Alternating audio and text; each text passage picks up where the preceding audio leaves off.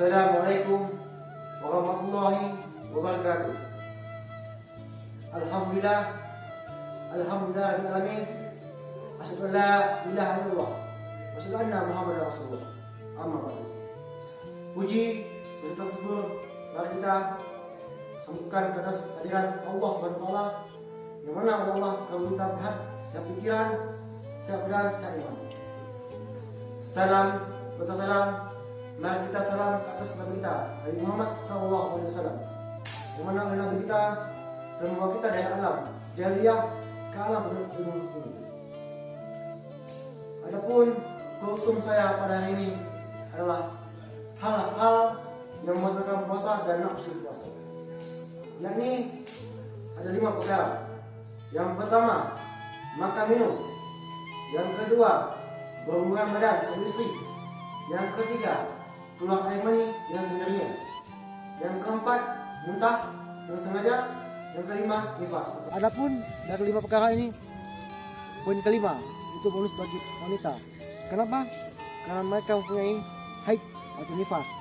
Yang dikatakan nifas itu adalah setelah hamil ataupun melahirkan, itu masa nifas.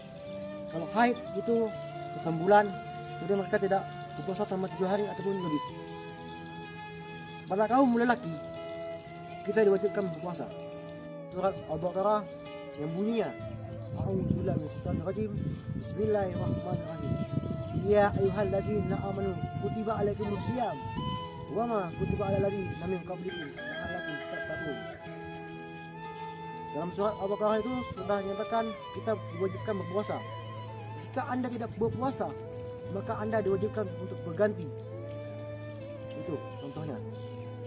Yang lagi ada beberapa contoh yang orang mudarat dalam puasa, seperti orang sakit kencing manis, itu mereka suntik insulin dalam tubuhnya. Itu Allah izinkan, kenapa? Karena dia orang keadaan mudarat. Dari hasil kesimpulan pada kultum saya pada hari ini dapat diambil satu kata ataupun kalimat: berpuasalah dengan penuh iman dan nafsu positif. Niscaya nikmat Allah akan datang seperti air mengalir.